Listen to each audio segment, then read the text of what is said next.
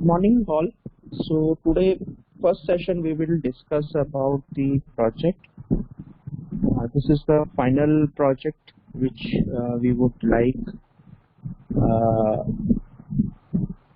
This is a final project which would be used for marking along with the other assignments also. So this is the crux of whatever we have learned. So we have tried to put in everything whatever we have learned till now, so that we can utilize all those things to create the complete DevOps pipeline. Okay, so this generally covers all the aspects which are required for industrial or industry-based deployments. So the aim of this activity is to create a project which would cover all the aspects of DevOps. This will enable students to utilize all learned topics into a real life project. So this project will help in setting up the servers on need basis, development servers when new build is ready for deployment, shutting down servers when testing on development server is complete. So this project can also be used for showcasing your capabilities or showcasing this project itself to your interviewers. Okay, and whatever the activities are being done in this project, they also will help in answering the general questions, like if all these topics you have already covered, then you should be able to cover most of the questions from DevOps interview perspective. Okay, so we have divided into 4 phases. So 5th phase is also there, but we have not yet captured. But let's see. You can add it yourself, but these are the 4 steps which are very mandatory or very important from the perspective of DevOps. First is the repository for website. So basically this would cover the SCM part, which is repository part, how to create a repository, how to put up a code in a repository, push, pull, merge, those kind of things. Branching strategy also this topic would cover. Okay, so let's see, like today if we can cover branching strategy along with the Maven. So this whole topic would also be covered from the bootcamp perspective. So okay, so this is the part, and we also expect like this full request for code review process, that is also covered as part of this particular phase. So anything around the repository to push, pull, manage, coding, so branching strategy, merging, so all those things would be covered as part of this phase. Then second phase is the setting up the Jenkins server and setting up the continuous integration workflow. So this can be done on a local server or any server, but I would prefer it if you can do it on a EC2 or a public or a server where you have a public IP address, so that you can easily integrate with the GitLab or GitHub. So repository. Okay, so there is a mistake. So this is not a GitHub; it is on a GitLab. So GitHub or GitLab, they are not very divergent, but still we are using GitLab because GitLab is more used in big or medium-sized organizations. Small organizations, they're still using GitHub because they don't have to maintain the servers and they don't have to do the normal maintenance work of the repository server. So we will use GitLab. Okay. Then next part here we will see how the Jenkins jobs for continuous integration they are covered. So as of now, we have covered most of the topics, like how to check out code, how to compile code. So compilation of the codes can also differ from what is a build tool. So we have used Maven as a base build tool, but other build tools, they are also similar in the sense like uh, most of the functionality is same.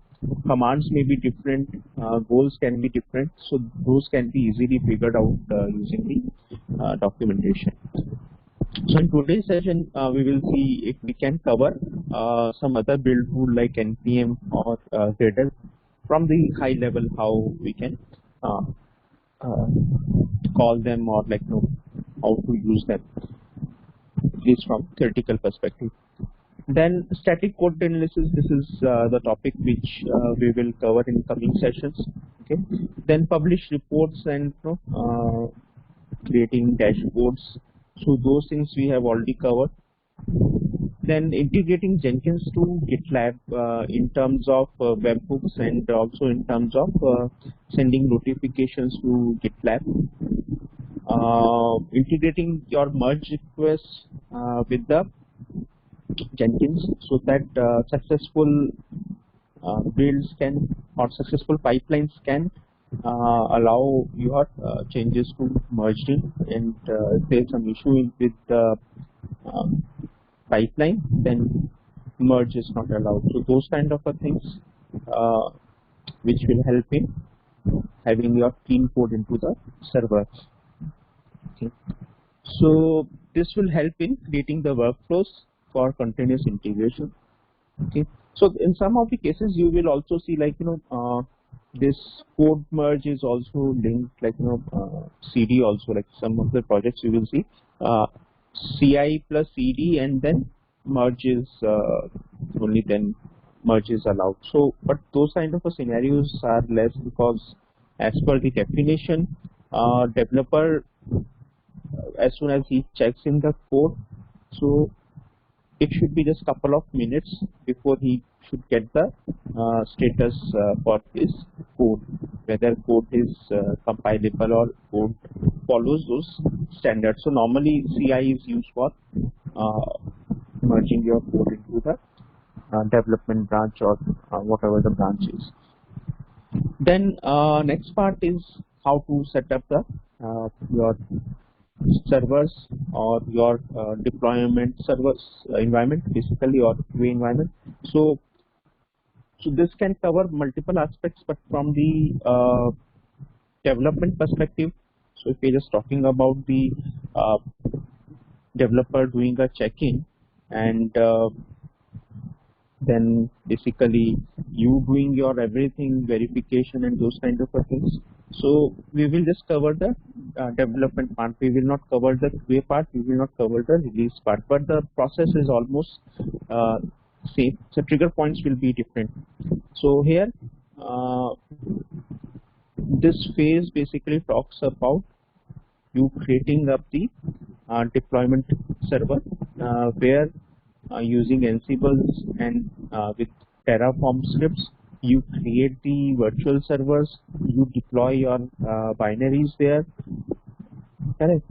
Binaries in the sense like whatever the software is required, you put up that software, and if binaries are required, you can also deploy binaries. So that can also be done as part of phase 3. But just to segregate the things, we have done the deployment binaries as part of phase 4. Okay, so this part is basically cover the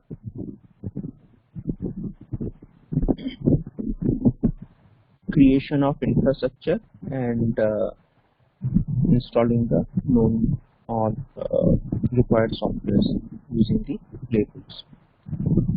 Then next fourth part is basically continuous deployment. So here we are just talking about the deployment. We are not talking about the continuous delivery. So as we have already seen, deployment and delivery, they are almost similar. So it's just a target environment which matters, and some other few minor differences are there. But if you're able to understand and do this CD part, then that would also cover the larger part of continuous delivery. But continuous delivery happens not that frequently, but continuous deployment happens very regularly. So part of this phase is to create a CD workflow where your pipeline should be triggered as soon as you have your infrastructure pipeline successfully done. You have all your infrastructure created, then this pipeline should also be triggered. This pipeline will do the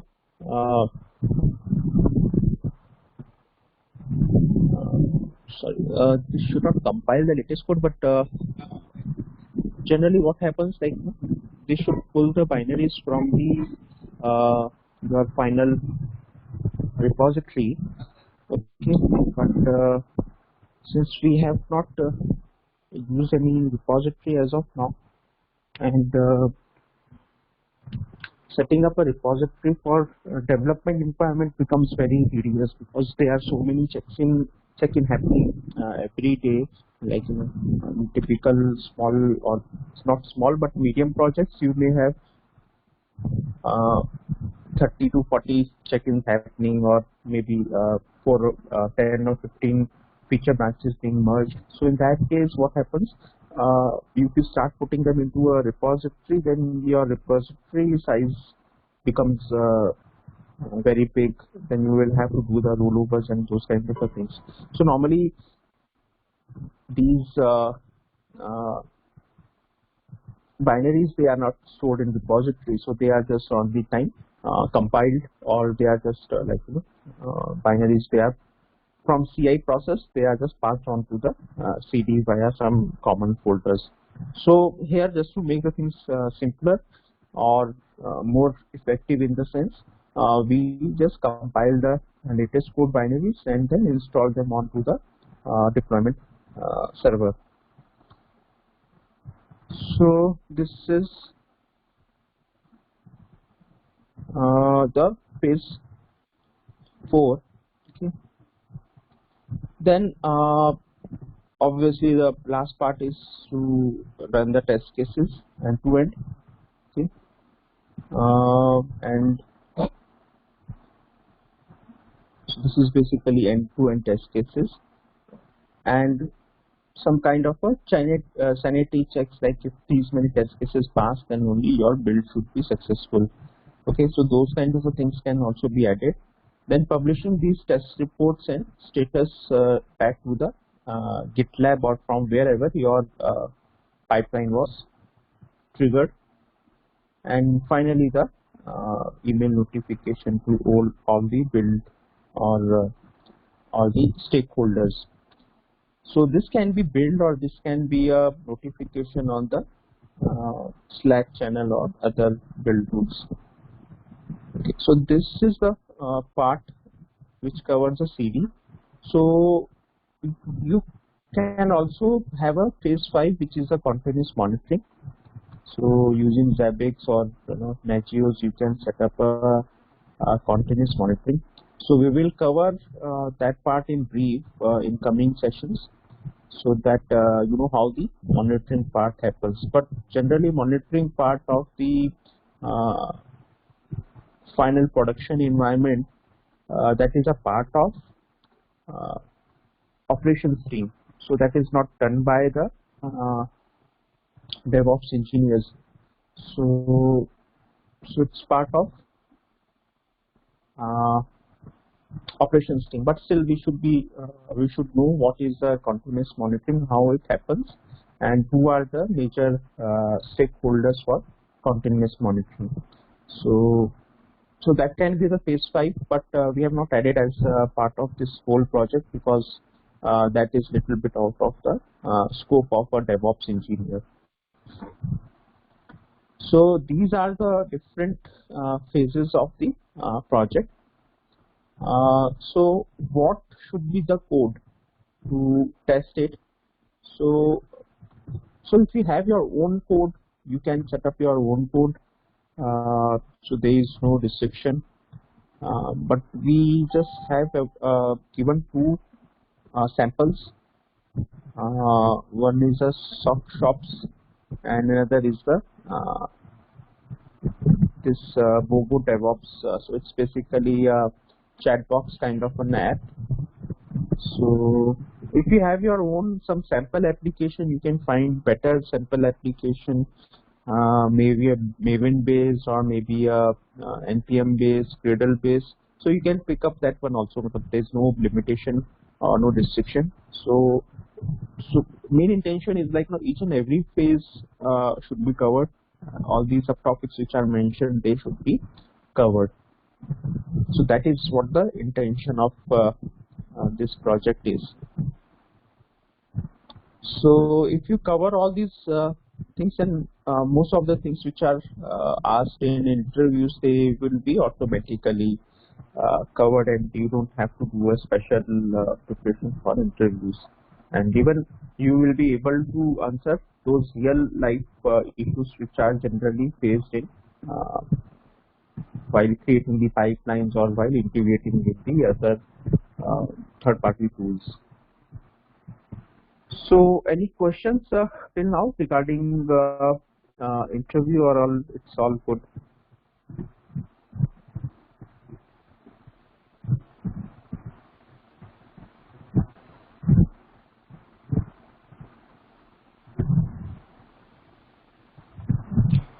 Hello.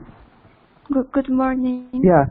Hi, good morning. I have a question and I don't understand quite well. You said that we could deploy this in our machine, or it's okay if we could work this in the same as using the AWS instance. Mm-hmm. Correct. So what happens, like, normally in your local machine, so your local machine will get a IP address from your router, correct? So that that IP is basically a netted IP address. So, but that IP address cannot be reached from GitLab. So that's why we don't prefer using a Windows or like near your local machine. But if your local machine gets an public IP address, then you can use it on your local machine also. Okay, You got thank my point? Yes. So, so good. So we can. So you can start exploring this whole project. In case if you have any issues, let us know. Maybe we can discuss it further, or like in case of questions, you can put them on Slack channel. In case you have a better project, so you can use it. If you want to discuss with us, we can discuss those in coming sessions, or like on Slack also. Okay, so this is all from the project perspective. Okay.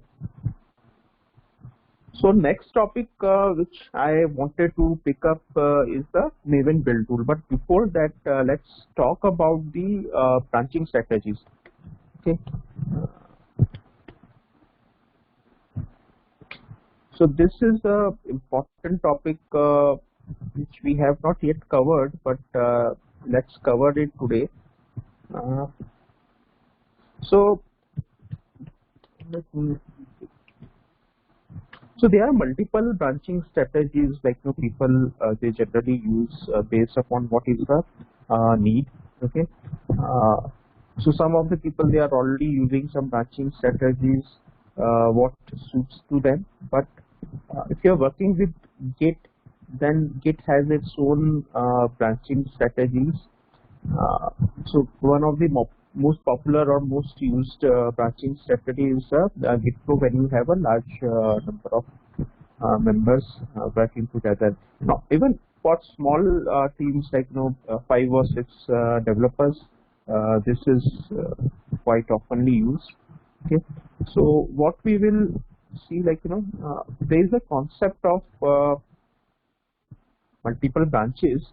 So normally what happens, like if we just go back to traditional way of development, what people used to have, they would have a single branch, everybody working on a master branch, or maximum to maximum they will create a develop branch from master, and all the developers working on the develop branch.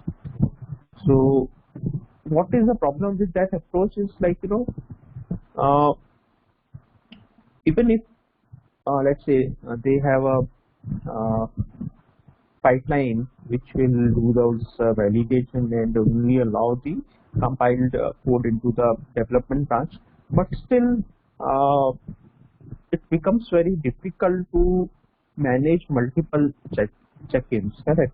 And especially when you have a QA team which needs a separate build, so that becomes very difficult. So let's say like Hmm. in today's time, like most of the people, they are going into the agile methodology where they have a sprints, and if you have a one sprint, so you will in the sprint you will have a multiple features or multiple Jira stories assigned to multiple people. So everyone works on each feature or each story, and once that story is completed, they merge it to the development branch, and then the whole sprint finishes once that whatever is there in the sprint, that is uh, completed. So what happens after that, then the work of QA or PVG or whatever you call quality assurance team or testing team, that comes into the picture. But development doesn't stop there, correct? So development team, they start developing new features and that kind of a thing. And during this time, QA team, they have to test the previous sprint content. So they might have to write the test cases. They might have to do manual testing, manual validation, and in case they find some issues, they have to raise the issues. So if we have a single development branch, this becomes very difficult to manage, correct? So, and similarly, if you have a multiple releases, then you may have a release candidate build, which is basically a pre-production build, correct? And then you might have a final production build.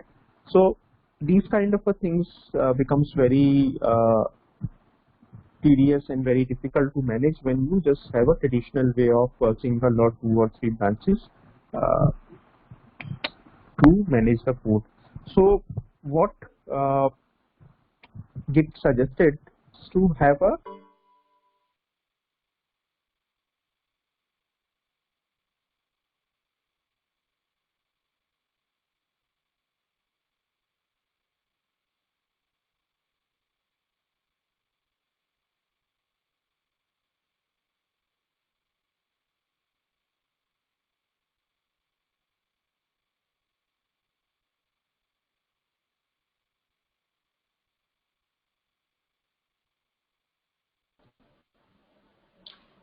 Anil, your voice is not audible.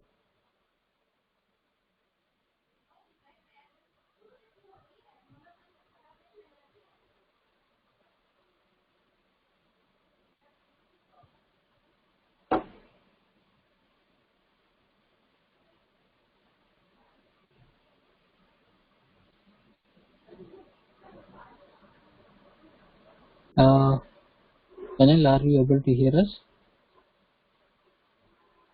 Okay.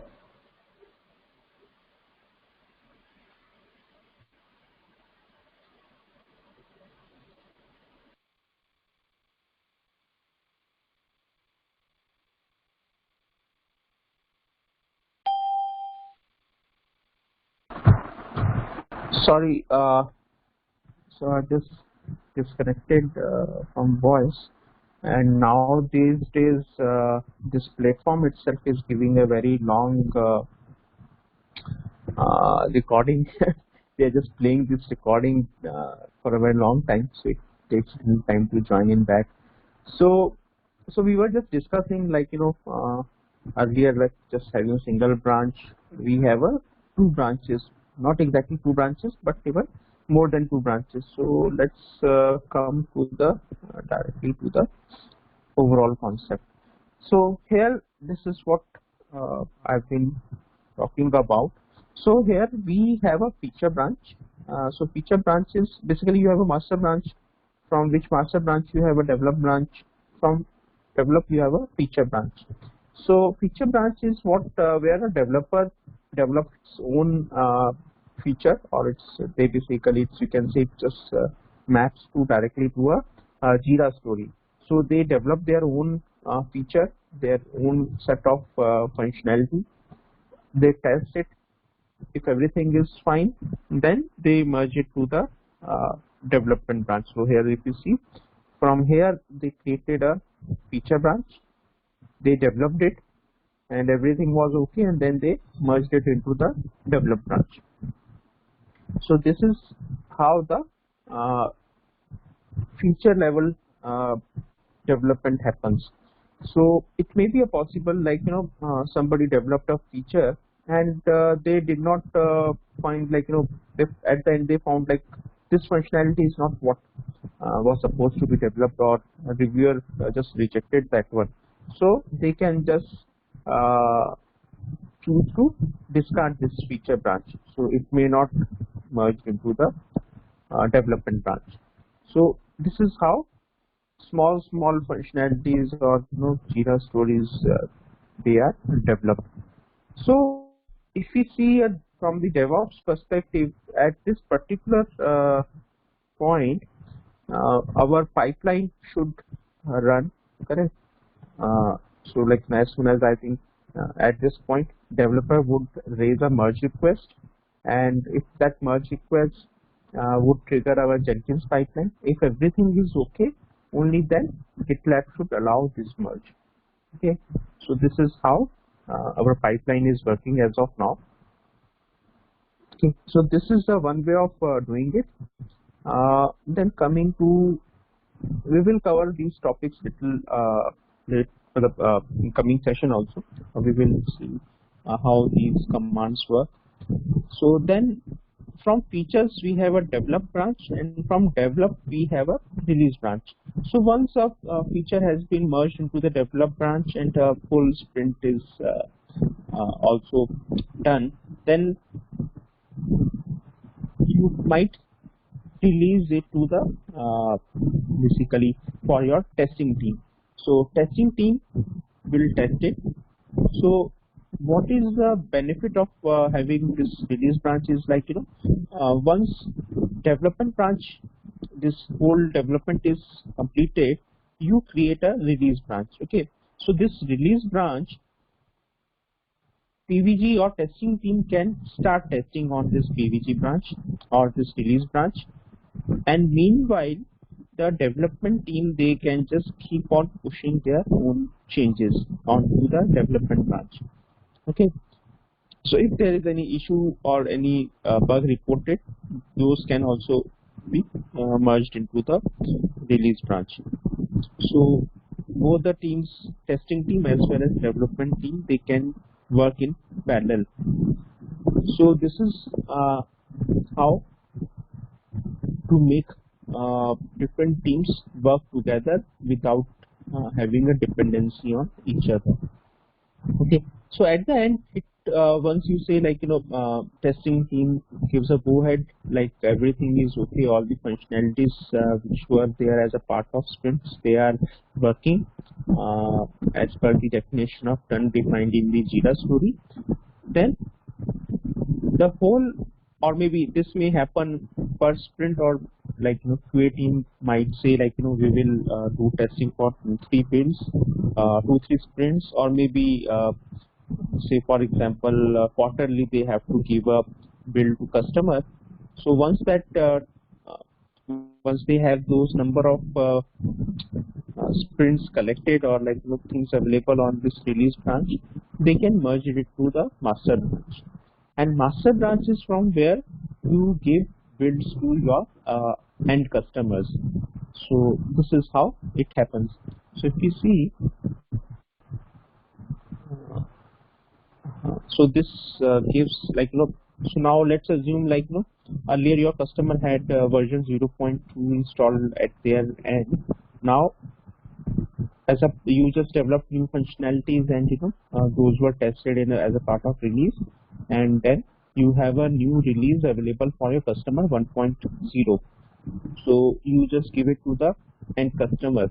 So this is how you can give different releases to your customers when you have a 4 different branches running all together in parallel, and they are independent of each other. So there might be possibility like development is still happening, correct, and you still like testing on release on a different version, and customer is still having a old version running. So all things will happen all together, and you have a different branches for each and every activity all together separate. Okay, so there might be a case like you have something running on a customer, but still like some critical bug comes into a critical bug is reported by a customer. So what you will do, so there is a one depending upon the criticality of that bug basically. So that bug might come into the next release if it is not that critical. Okay, so what will happen, a change request or like request will be made, and that development, so maybe a Jira story would be created, and feature branch would be created, that would go into the develop branch, then that would go through your testing cycle as a part of release, and then a new release would be created, and with that release that bug would be delivered to end customer. But what happens like in case if it is a very critical and and that needs to be fixed as soon as possible, then we have a concept of a hot fixes. So that has to be fixed, and a minor version has to be released. So in that case we don't do the complete part, basically we just don't go through the development and release cycle.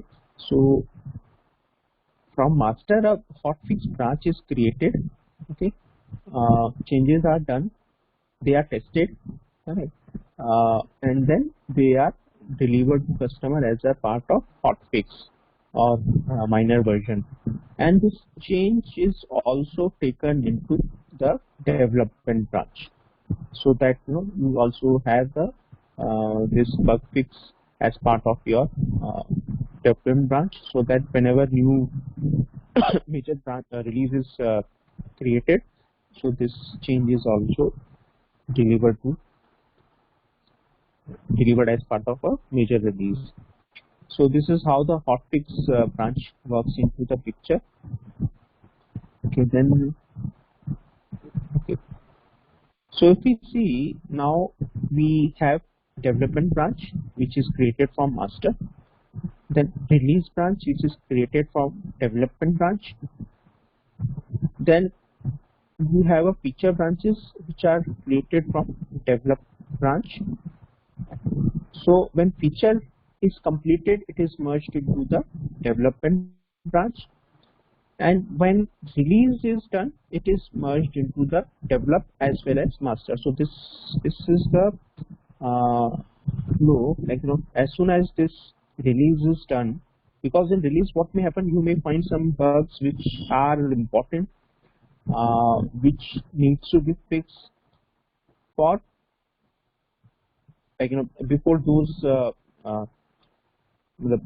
without those fixes you cannot go ahead, your release is blocked. So in that case these fixes are done on release branch, okay, and then this branch is again merged to the develop, so that whatever changes you have done, you take those changes into the development branch. So this can be the selective merge using the cherry pick, or like in case nothing is changed, then it's just a symbolic merging of the branches, okay, and obviously from here this is merged to the master branch.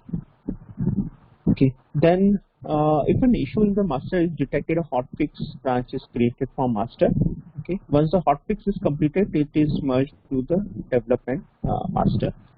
So this is the overall flow, okay, which many of the organizations they are following these days. So concept of feature branches, concept of develop, concept of release branches, hotfix branches, and master branch. So if we see, master branch is a single branch. Hotfix branches can be multiple, like if you have multiple hotfixes, then you might have a multiple hotfixes branch. Similarly, like for each release, you create a release branches. You have a single development branch, and for feature you have a multiple feature branches. So if we see the nomenclature, how they are created, so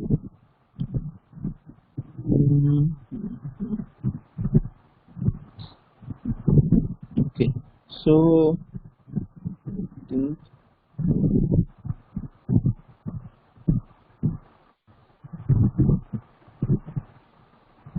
this is the like if you are using a Git, then Git itself provides a basic functionality where you can basically use the, or put it into a way, like if you want to create a feature branch, so feature branch has to be like in a particular format. So feature branch has to be a feature slash some branch name. Okay, so this doesn't talk about how to create a feature branch.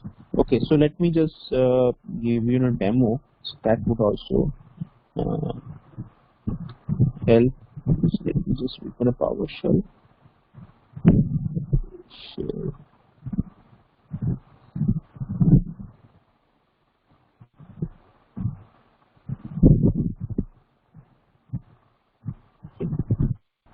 So I hope my screen is visible. Let me just open the this one.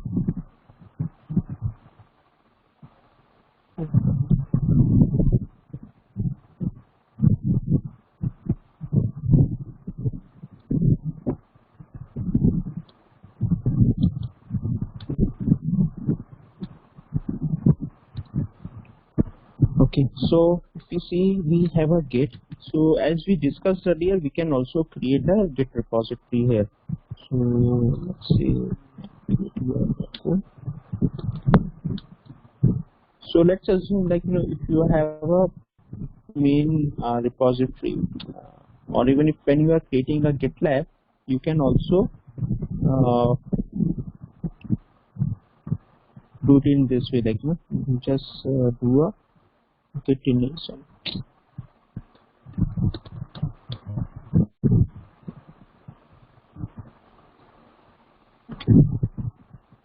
So if you see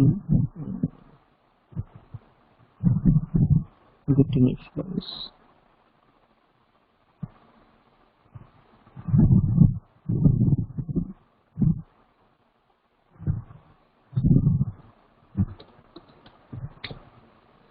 Okay, so we don't have a Git flow.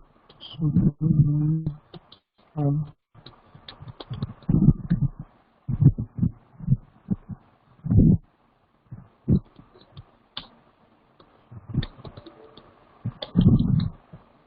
okay, so Git flow is not there. So my point was, like you can also install a Git flow, or you can create these branch using the normal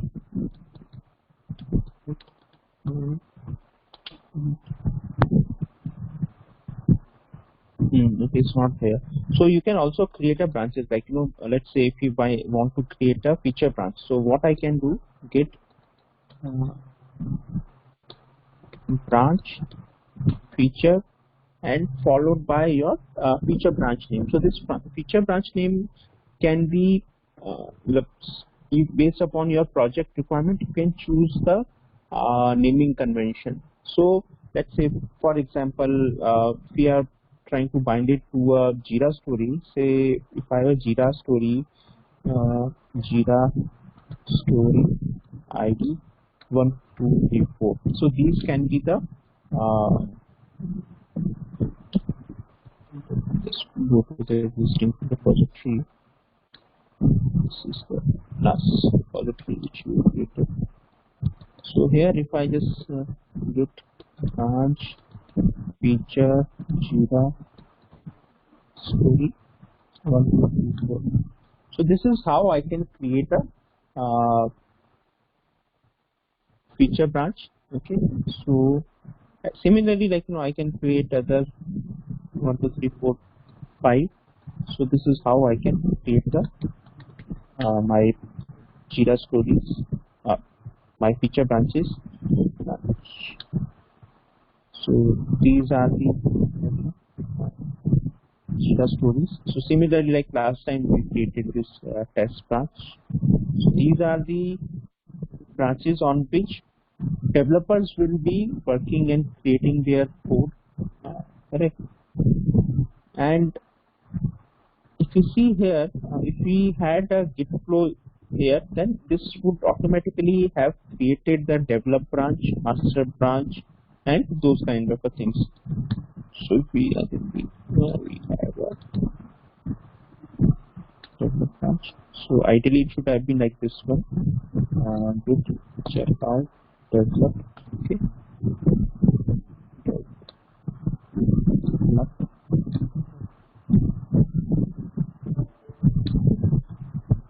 Now we should basically create a branch, basically feature branch, so that it is created from development branch. Okay. So I see git branch. Okay. So this is the branch created from your develop branch. And once I am done with my all development, then if I had installed Gitflow, then there is just a single command which is basically Gitflow start feature branch, which would create this branch automatically from the development itself. Okay. And so whatever we did, basically checked out develop and then created this branch, this would have been automatically taken care by a single command itself. Okay, once you finish a branch, if we just had a Gitflow installed, then this single branch would have just done the merging of this feature branch back into the development branch. But since we don't have a Gitflow, we have to do it automatically. So basically, say like I did something checked in into the code. Let's say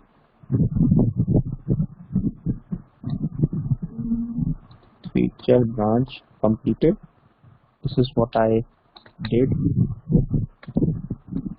Readme git commit feature completed. Okay. Sorry,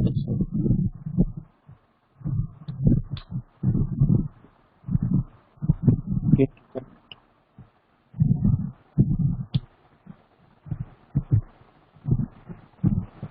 is git commit -m. Okay, so since there is this was already done, so git push. Okay, we have to tell to which branch it needs to merge. Let's copy this. How it is done. Git lab interrupts.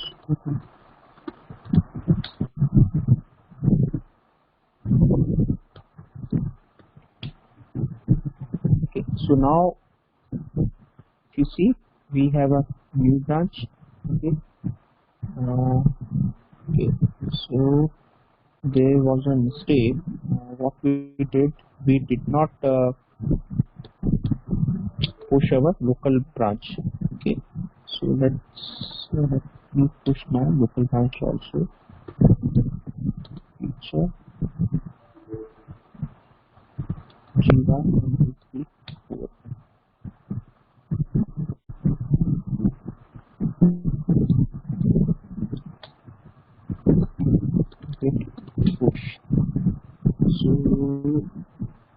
here we have to tell what is the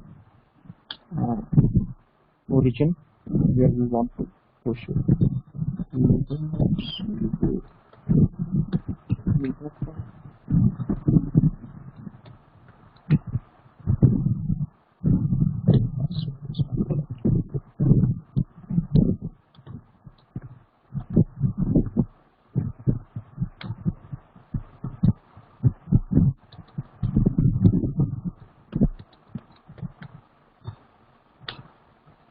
Okay, so now we have this branch on the GitLab and this one.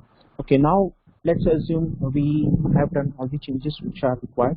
So if we had a Git flow, then this would have done like directly checked out the development branch and push the changes, basically merge the feature branch. But since we don't have a Git flow, what we will do, we will choose the target branch, which is like develop. Okay, and then we will merge the feature branch. So basically git merge feature Jira 1 2 3 4. Now something, not something. So probably Jira spelling is not good. Okay, so now this feature branch is now merged. So if we just go to the GitLab and see it, then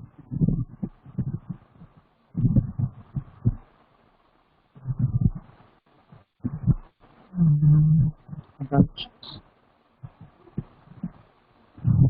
Oh, sorry, this is a different project.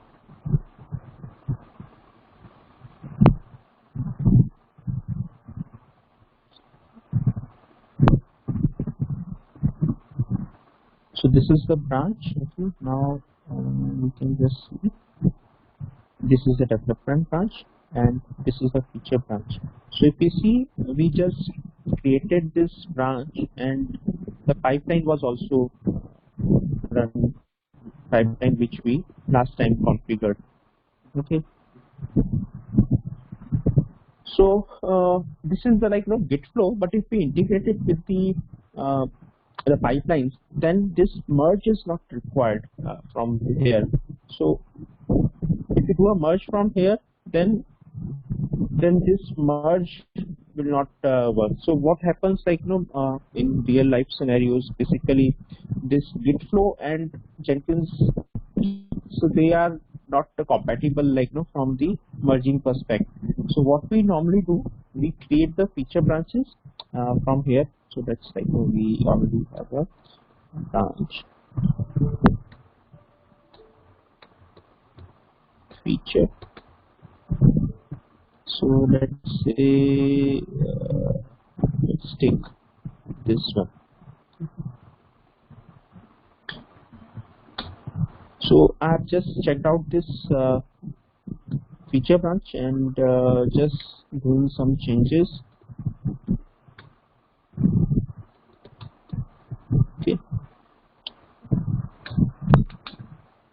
Okay, then let me just push. Look, sorry, let me just add changes. Let me just commit. I will just show you how the ideal scenario which is mentioned in this document does not work with the practical example. So we have a feature branch, we have done the changes, we have just committed the change. Okay, okay, then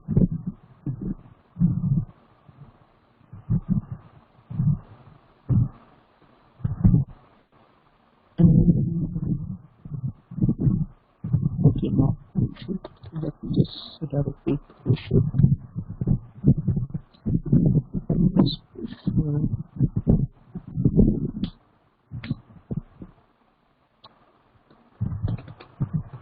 If you're actually working with a real project, then what you should do, you should use the Git client tools. So they will make the things easier. You don't have to enter your username and password again and again.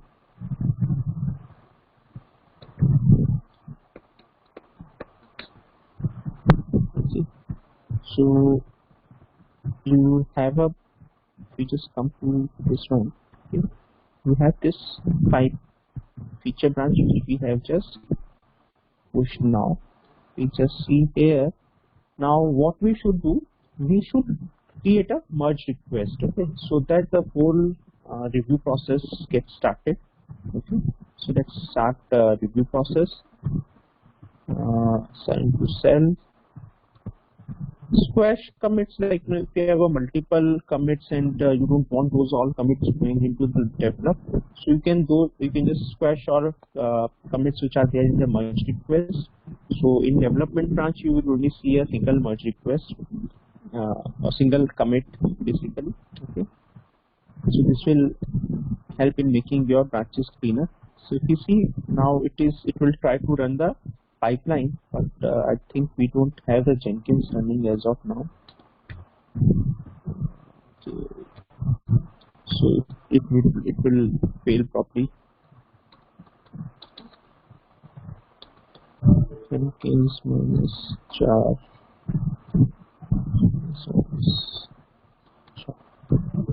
Sorry, Java minus Jenkins.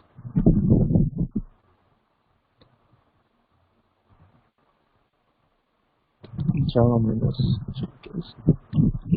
Now your pipeline should be up. Okay. Now it is still waiting for webhook to reply back, but since there is nothing, so this will just keep on waiting. So but the overall idea is like, everything is steady, then you should see the merge request here, and from here you should do the proper merge. Like you should not do the merge from Git itself. So that is what the deviation with respect to this documentation is. Okay. Similarly, like for release branches, so you can create a release like in this way. You just do a checkout of the development branch, so that whatever branch you create, that is created from the develop. Then you create a branch in this way. So just like feature, release also has to be like release slash then your release nomenclature. So the release nomenclature can be like a major minor version, or it can also be an rel slash or 0.1, depending upon whatever nomenclature you are using. But for simplicity, so like in this case we are creating a release of 0.1.0. okay. So if you had a git flow installed, then you could have just use this git flow command. Okay, so if you just do a git flow command and this command, this would basically do the automatic checkout of development branch. From there it would create a release branch, and that's all. Okay, then you do all those changes and everything. So what you are supposed to do is to finish. If you had a git flow installed, if you do the git flow finish, then this is equivalent to checking out the master and merging this into the merging this release branch into the development branch. Merging this release branch into the master branch.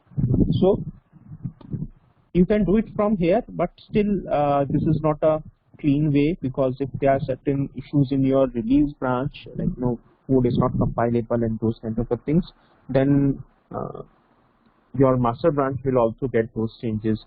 So best way is to again go back to your here, okay, and create the merge request for your release branch also. Okay, so in that case, as soon as your release branch is ready, you do the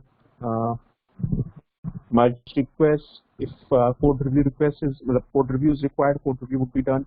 Pipeline would trigger. Pipeline will completely run, and at the end you will get a green button to merge the changes. Okay, so So that way, like you can have better control on the your basically code quality. So similarly, same thing can be done for the hotfix. So to achieve these kind of things, you just need to configure the webhook triggers, correct, on the GitLab. Like if this release branch is then if you are using the same CI pipeline, you can just call the same webhook, correct. And if you have a different CI pipeline, then you can create a separate webhook and give the address and secret of that particular pipeline. But if you see, concept here is not how to merge the branches, but the concept here is the what are the different branches and what is their use and how you integrate your Jenkins to achieve the overall flow. Okay, so this is one of the way of managing the branches, but there can be a multiple ways because some of the organizations they may not have a single code base for all the customers, so they may have a customized code for different customers. So in that way, like you may not have a master, but you may have a production branch, production slash for customer A, for customer B, and those kind of things can also be there, depending upon what kind of basically the nature of the project would define what would be like. Do you have a single code base for all customers, or you have a customized code for different customers? Okay, so that's all from the branching perspective. So any questions till now, or like should we go to the next topic?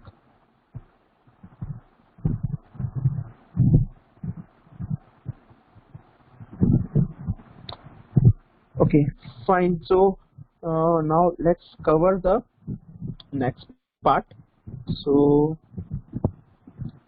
which is the Maven build.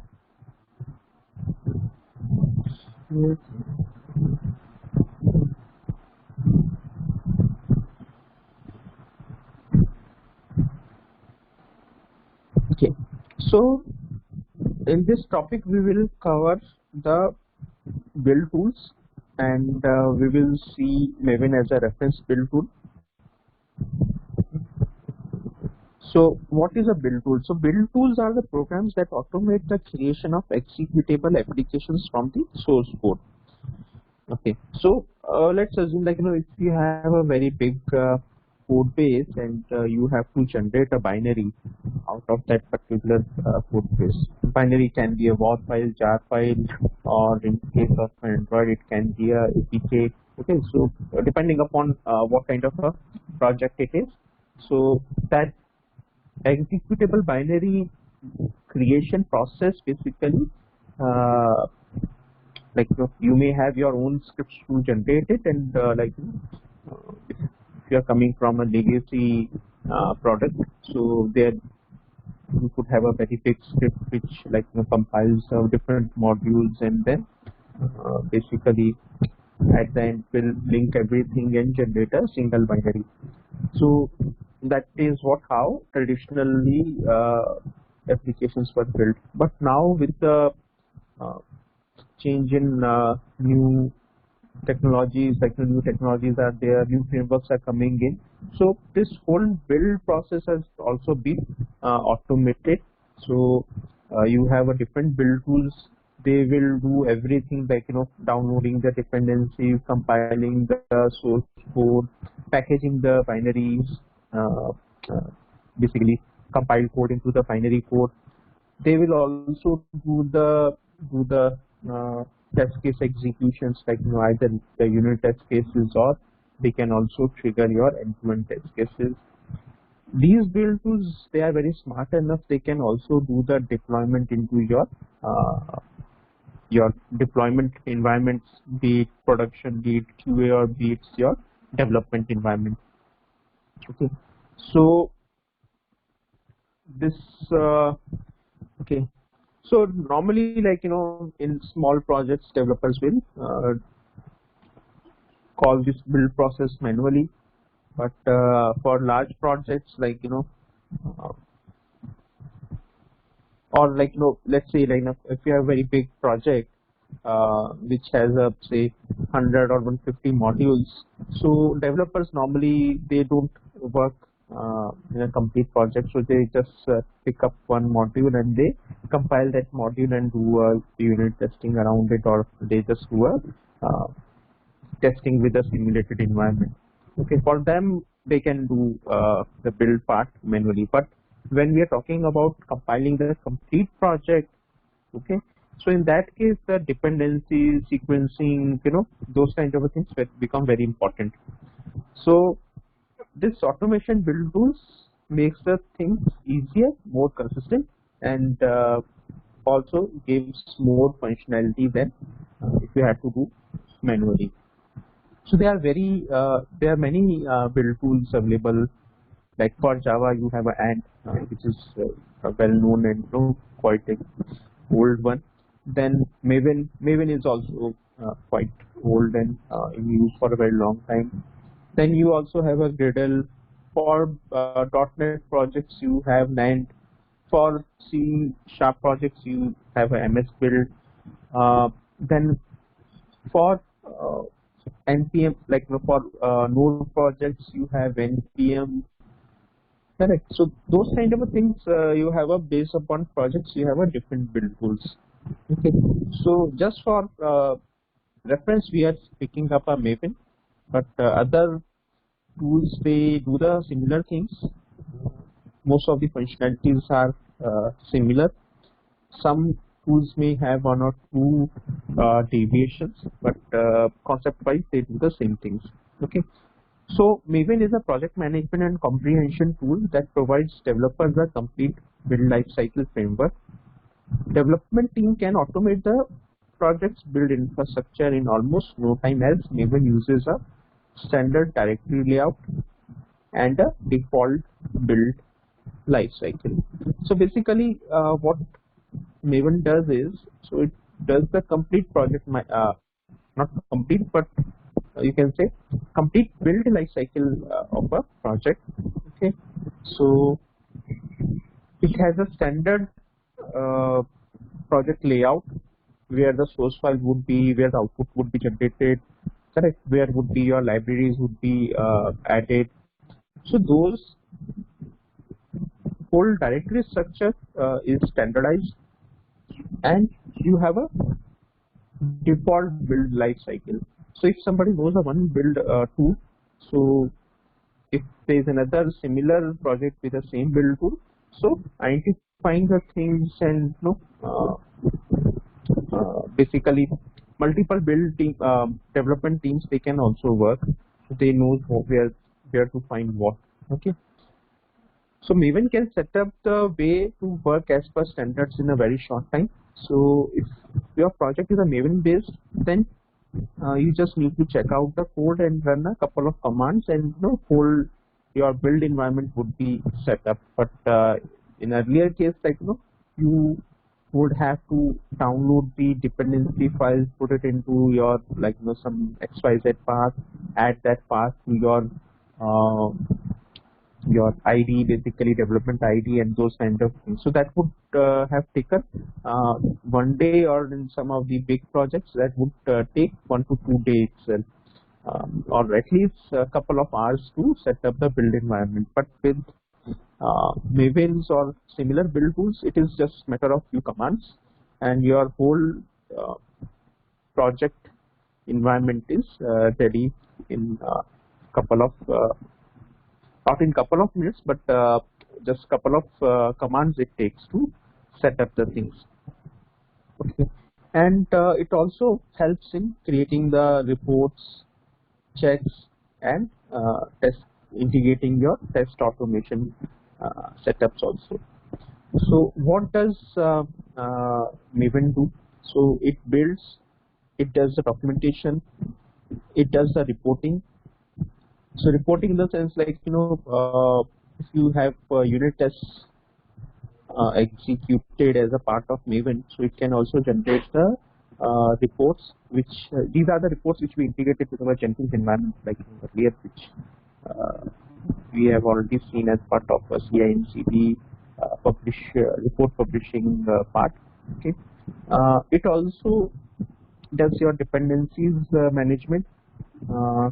It also integrates with your SCM. So basically, if you have a proper credentials configured, so it will check out the code as a part of Maven itself. You don't have to do git clone and git checkout. So Maven can do the code checkout and put those kind of a thing itself. So it can also be used for sending email notifications. So if we see, Maven itself is a very big domain itself, so it provides so many functionalities as a part of plugins. There are so many plugins available which can be added to Maven, and you can do the complete life cycle of a project, which we just explored as part of Jenkins. But still, like Maven, every project cannot be a Maven project, and all the plugins, they may not be as mature. So it depends how the plugins are developed, what kind of a functionality plugins provide, and managing these build files, POM files basically becomes very tedious. So that's why we have a build tools like kind of a Jenkins or TeamCity, and we just take the selective functionalities from Maven tool itself. Okay, so these are the different features of Maven. So simple project setup, consistent usage across all the projects, dependency management including automatic update. So we will cover this topic later. Then large and growing repositories of libraries. So if you have a big project, then you have like hundreds of external dependencies, external libraries being used in the project. But if you have to manage those yourself, you have to download and package yourself, then it becomes very tedious. Because in biggest challenge the project faces is the dependency management. Okay, so if you don't have the tools like this, then you might upgrade one library, but that may have a ripple effect on the other libraries. But Maven kind of a tools, they make things very easy. Okay, so this whole dependency management becomes very easy with Maven. So we will see one of the example coming slides. Okay, so Maven also gives a functionality to write plugins in Java or any other scripting language. So if you want to write your own plugins, that is also possible, and there are also already ready-made plugins which you can use. Okay. Then model-based builds. So we will cover this topic, but this topic actually talks about predefined templates or predefined types of outputs like jar, ball, or like those kind of things. So if you just want to create a WAR file, so it has a predefined models or like format needed for generating a jar or WAR file. So you can just use it, that template. Then other part is so basically you can integrate it with any SCM tool, and you can also do the release management of project. Backward compatibility. So each and every new Maven release is compatible with the old one. Okay. So there are so many things, but like this is the whole Bible of different features, but not all features they are needed. But we just covered these as a part of this discussion. Was like, Maven itself is a very big topic. But for our simplicity, we will just cover the basics of Maven. Okay. So this is the requirement. At least 1.7 JDK is required. There is no requirement on memory disk operating system. So it is operating system agnostic. Depending upon how much your project, how complex is your project, how many modules it have, how many dependencies it downloads, memory and disk space may vary. Okay. Okay. So the core of Maven is the form. So form is nothing but it's a project object model. So basically it's a XML based file which resides in the base directory of a project as a form.xml. So this form contains the information and the templates. Basically, Maven don't call it a template, but in a native language we can say a template, but it's basically models. So it contains the project and various configurations used by the build tool. So form also contains goals and plugins. Okay, so while execution, Maven looks for this form file and reads this form file and executes the goals which are defined in the form file. So form file may also have a project dependencies, like a project is dependent on another project or some other libraries are needed. So those can also be defined. They are basically defined in this form file. If you are using some plugins like for reporting or something, those can also be defined in form file. Goals, like if you want to build, clean, deploy, package, so they are standard goals which are there. But if you want to define your own goals, they can also be defined. Or if you want to define some functionality against a particular goal, like while what you need to do in clean, so that can also be customized. So you have a build profiles, like you may have a build profile, one build profile for your development, one for your QA, and one for your production, and each build profile might have a different configuration file. So those kind of things can also be defined in form file. So then you also have a project versioning, so that can also be done. It's like for multiple releases you can have multiple versions. And there are so many things, like this list cannot this list will just keep on increasing if we just go deeper into this one. So this is the one of the standard form file. So basically minimalistic form file here. This is the basic version and XSD information. So here is the important part. So each project has a group artifact ID and version. So these are the mandatory things. So these needs to be there for each and every project file. Okay. So if we just see here, you have a project root. Okay. So this talks about this one. Then you have a model version. So this is what model version is. Group ID. So it is the ID of the projects group. So it's basically a unique amongst the organization or project. So for example, we have some imaginary company, for example, bank.com. So you may have multiple groups inside organization. So this group ID helps in differentiating different departments inside a group itself. Then artifact ID is the basically name of the project. So this basically identifies your project. Then you have a project version. So like you may have a version 1, 1.1, 1.2, then 2, and those kind of a versioning.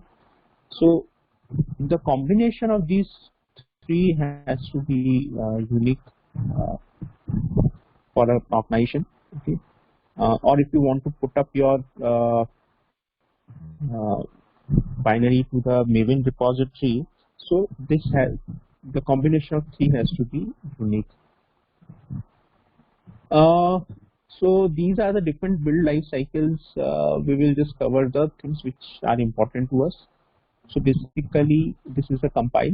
Okay, a compile phase where the source code is compiled. Test is where you trigger your test cases. It can be a testing framework.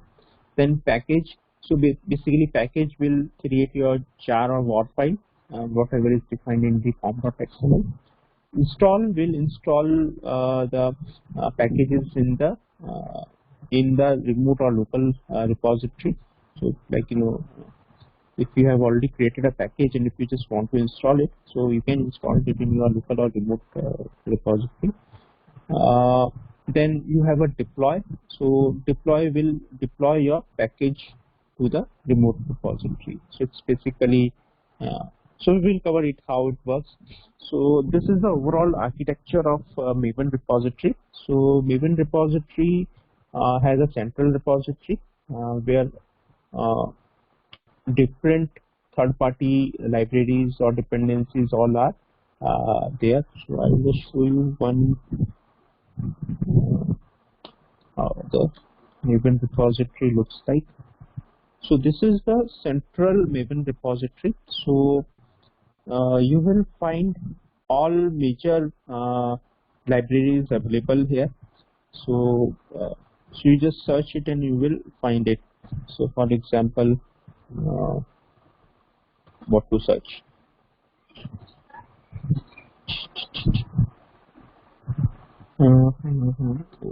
Okay.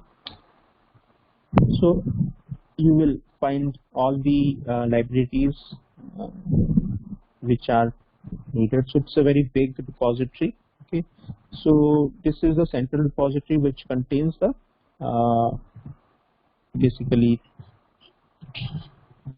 all required libraries. But this would contain almost any library which is being used anywhere.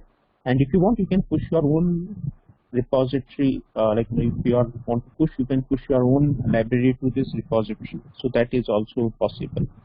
Okay. Then inside the organizations, like generally what happens, direct access to central repository or like internet repository is not allowed because of the security concerns. Like because anybody is free to push their library to central repository.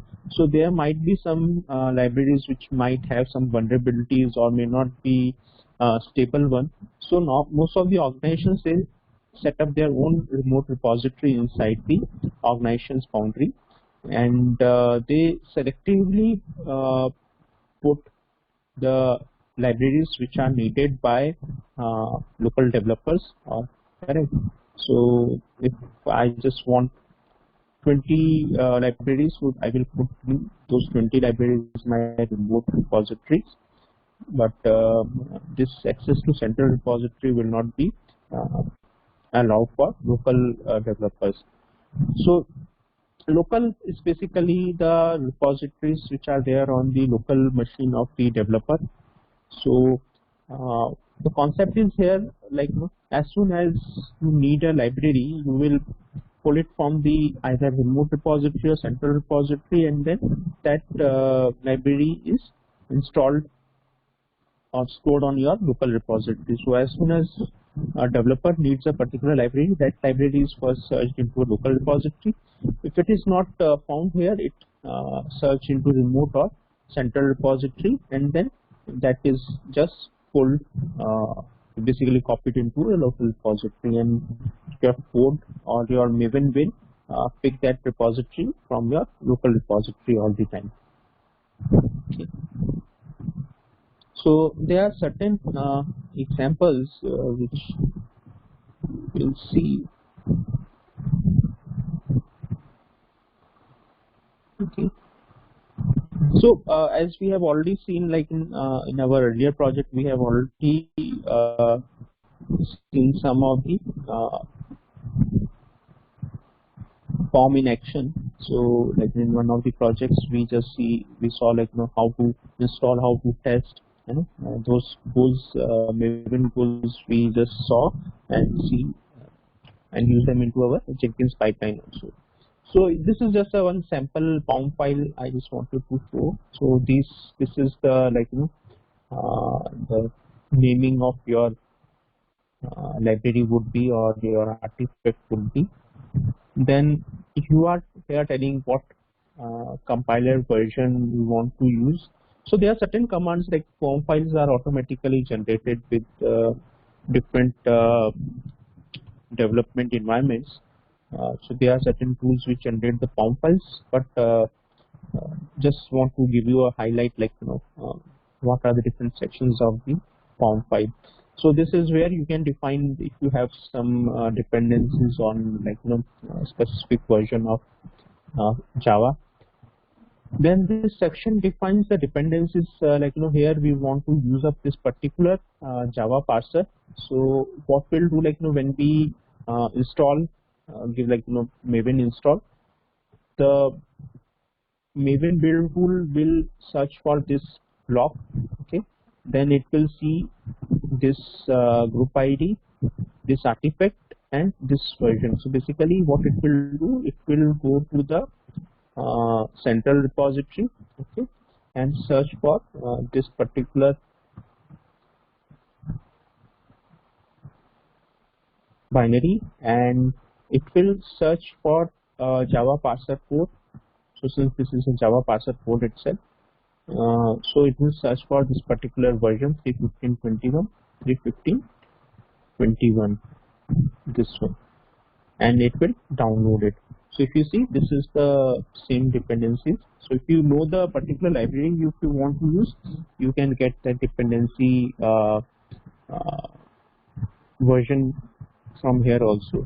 Okay, so the Maven repository can also be used for Gradle, SPT.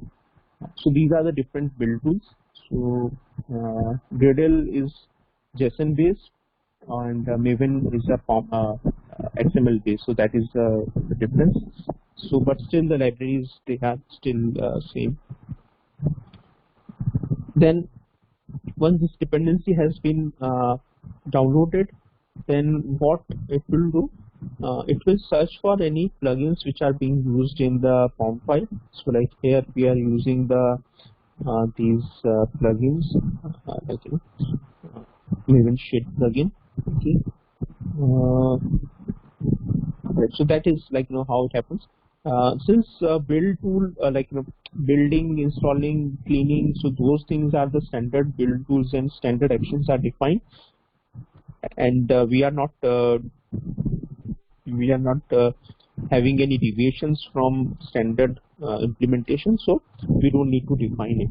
So as soon as we do Maven clean, so all the temporary files which are generated, class files, they are generated, they are cleaned up, and as soon as we say install libraries, external dependencies, they are downloaded, and if we say package, then whatever is a final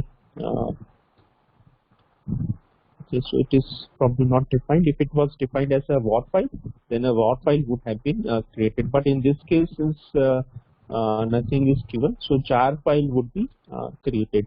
So this is how it Maven build tools works. Okay, so yeah, so that's all from Maven build tool perspective. So I hope now it is from very high level, it is clear how the build tools they work. Okay, what are the advantages of having a build tool, and from DevOps perspective, most important part is to have a plugin installed for Maven. Okay, and then how to use those plugins. Like we have already covered it, but just let me give you an overview what we learned earlier and how that translates to.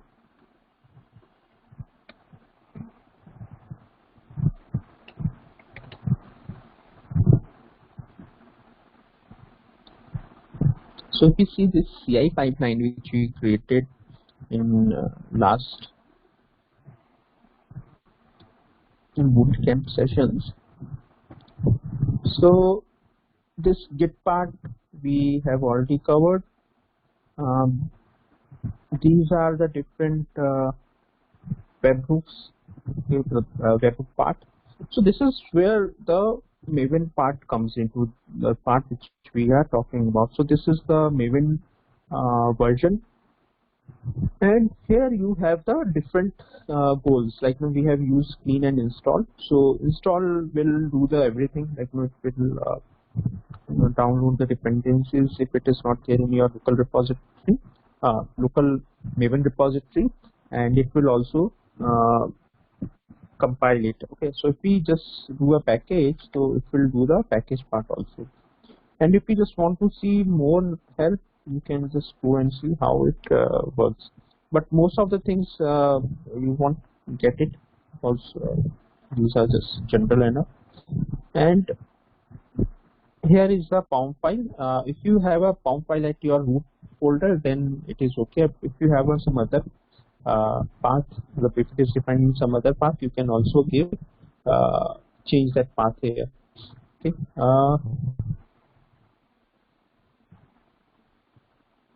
So these are the things. You can also pass on some extra properties, like for example, if you want to skip tests, it's okay. So you can say skip equal to test. Sorry, skip test equals to true.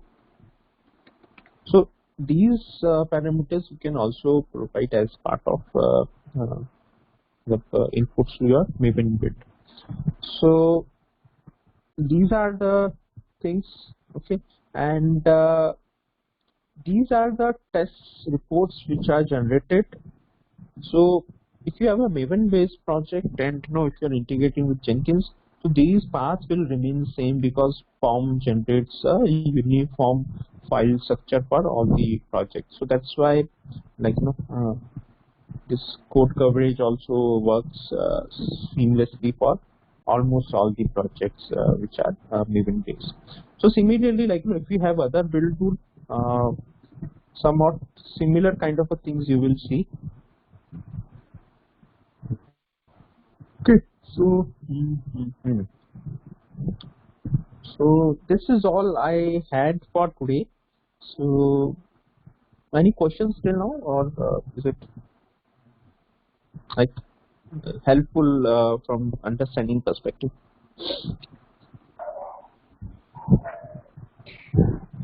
Yes, clear. It seemed a bit overwhelming for me, but it's clear. So idea is like maybe in-depth knowledge might not be required from Maven perspective, but overall idea, what are the concept of central local repository and a remote repository, what are the goals, and what is the capability of Maven. But if I say like Maven is having 100 functionalities, but we might just end up using 4 or 5 functionalities. So that is what the important point is. So I just wanted to give you a feeling like Maven is just not a small thing, it is a big piece, but where to start and where to stop, that is important from DevOps perspective. Similarly, you have a Gradle tool which is somewhat similar. You also have a NPM node package management. Sorry. NPM, because NPM might also be very common if you are working with a Node project or like Angular projects. So that is, let me show if I can show you. So this also has a same things like you also have a dependencies, and then you have different commands like test, build, serve. So some of the function similarities same. So they also have a local repository, they also have a remote repository, and they also have a central repository. So that repository contains all the node libraries. Okay, so one of the differences like this build tool itself. So if you just see, this is the build tool. So npm install and then build. So here you have a concept of global and local. So we can just leave it for the time being. Like just it is just the global is for like whatever libraries you have downloaded, is it available to all the projects in your machine, and local is it like whatever libraries you have downloaded, it would be just available for that particular project only. Okay, then that is all. So like this is how let me show you a sample file, sample npm chapter.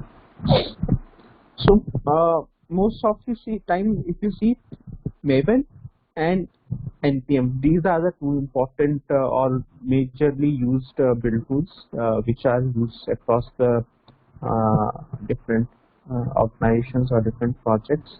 So npm you would use when you have a GUI based projects, okay, and Maven you will find when you have a Java based projects. So since like most of the projects they are combination of Java in the backend and front end in Angular or those kind of technologies, so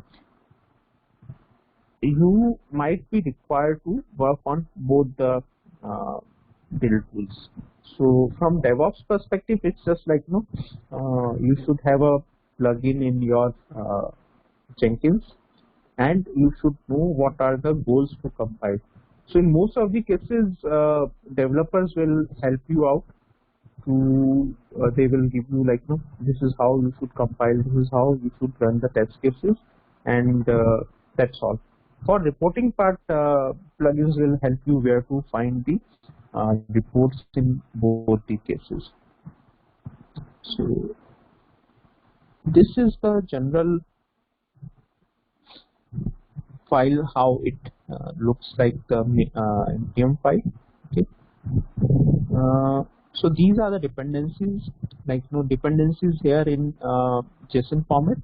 So there we had in XML format. So this is the library which we need, and this is the version. Okay. So here it is defined in this way. Then these are the different goals. Okay. So if I just say debug, start, lint, format. Okay. So these are the different goals. So if we just see test, okay, so test here, what does it do? It will do run, and it will do the unit test. Basically, it will run it, and it will run the unit test on your code. So way of writing is different, but you don't have to write it. So this is just for information perspective, but from DevOps perspective, you can say developers will give you the goals, how to compile the code, how to run the test cases, and how to run the final binaries if that goal is there in the build tool. Okay, so that's all I had for today. So might be this will take little time to digest, no doubt, because whatever we have covered, you might not be using in real life projects. So that is true, no doubt. But still, knowing a bigger perspective will always help you to answer the questions in better way, Okay, and in some of the times, especially in small organizations where, like, the what you can say, line between DevOps engineer and uh, what you can say, professional engineers, or like, so one person who's managing Jenkins, doing DevOps, uh, might be running the test cases, becomes very difficult, like, so one person has to do everything. So these kind of things, they helps a lot, knowing little more as compared to others. Okay, so that's all I had.